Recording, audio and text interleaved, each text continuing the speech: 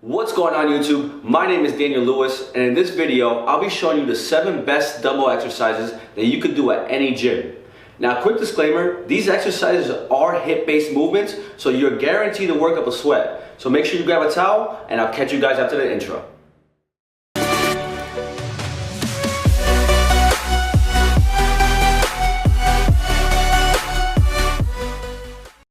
Alright guys, let's dive straight into it. As I mentioned at the start of the video, these movements and these exercises are going to be primarily focused on high intensity interval training, which means that my form is going to vary slightly than you would when I'm doing hypertrophy training. So that means I'm going for reps, I'm going for time, as opposed to just going for a strict form or just going for actual contraction of the muscle.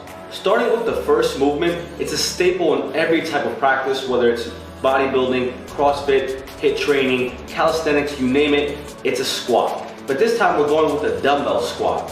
It's the same movement as you would with a barbell, heels to floor, chest up, back straight, going all the way down, pausing at the bottom, and shooting right back up. So dumbbell squats vary a little bit from the barbell squat. A barbell typically rests on your back, while the dumbbell squat is going to be resting on your shoulder. So it's going to feel more like a front squat as opposed to a back squat, but it still has the same great effectiveness that you would in any other workout or any squat movement. It's still working out your glutes, your hamstrings, your quads, and it serves as a full body workout when you're doing your squats, if you're doing air squats or you're doing it with a dumbbell. If the dumbbell squat is a little bit too advanced for you and you can't get the dumbbell with a full range of motion on your shoulder, you can always opt for an alternative as the goblet squat shown here. The goblet squat is the same effective movement. You're holding the weight at the neck of the dumbbell, and you're just going straight down, ass to grass, heels planted, and ensuring that you're getting all the way down and getting a full range of motion when you're doing your squats. Alternatively, if you can't do the goblet squats and you're just starting out,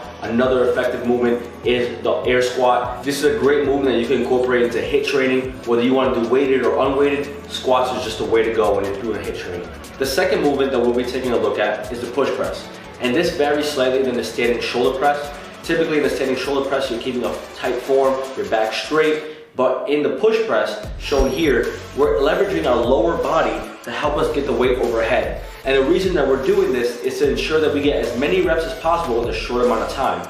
At the top, we still fully extend as you typically would with a standing shoulder press, but when we're coming down, we ensure that we control the motion down so the weight doesn't smack our shoulders and potentially cause any injuries. So the push press could actually be paired with other movements that we're going to reference in this video. But let's first move on to the next exercise and we'll talk about that further. So diving into the third exercise, we're taking a look at the dumbbell swing.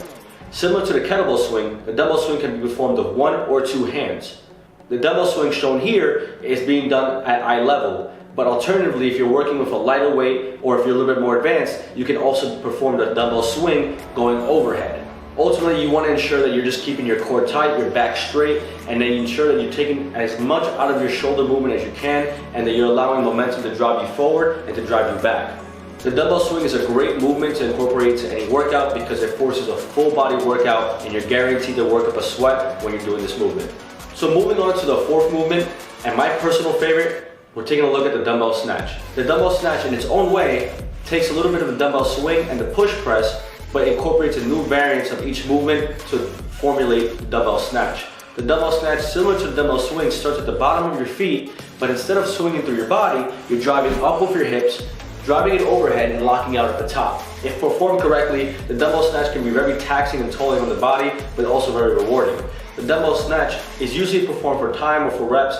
The dumbbell snatch is still a great overall movement to engage your hips, your core, your shoulders, and just get a full body workout with this movement. Moving on to the fifth movement, we're going back to legs.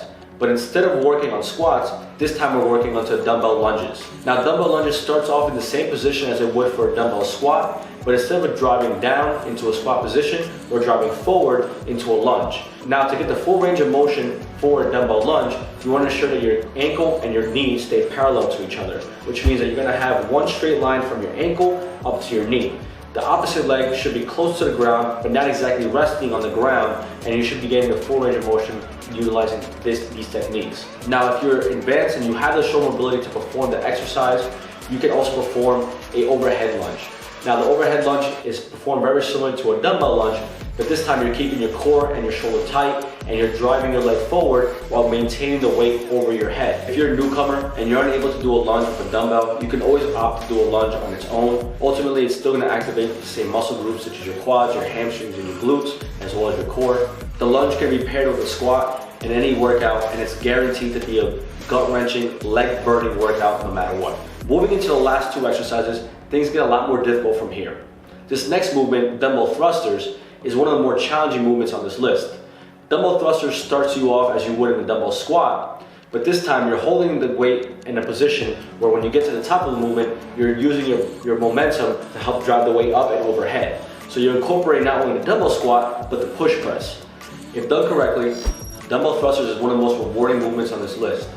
It is a staple behind high intensity interval training, and it is a true definition of a full body workout. Again, use caution, because if you're new to this movement and you've never performed it, you want to ensure that you avoid injury and you do a lighter weight, but definitely give it a shot because you definitely will feel this tomorrow. Going into the last exercise of this list, we're looking at the dumbbell clean and press. Now you can argue that you could be doing the dumbbell deadlift or the dumbbell clean, but I love the dumbbell clean and press because it really incorporates a full body and it is great for high intensity interval training. The dumbbell clean and press starts you off at the bottom as you would for dumbbell deadlift, but instead of stopping at the top, you're utilizing your hips to help your momentum drive you forward and get the weight into a front rack position. Once you're in a front rack position, you're going into a push press and then you're repeating that same movement.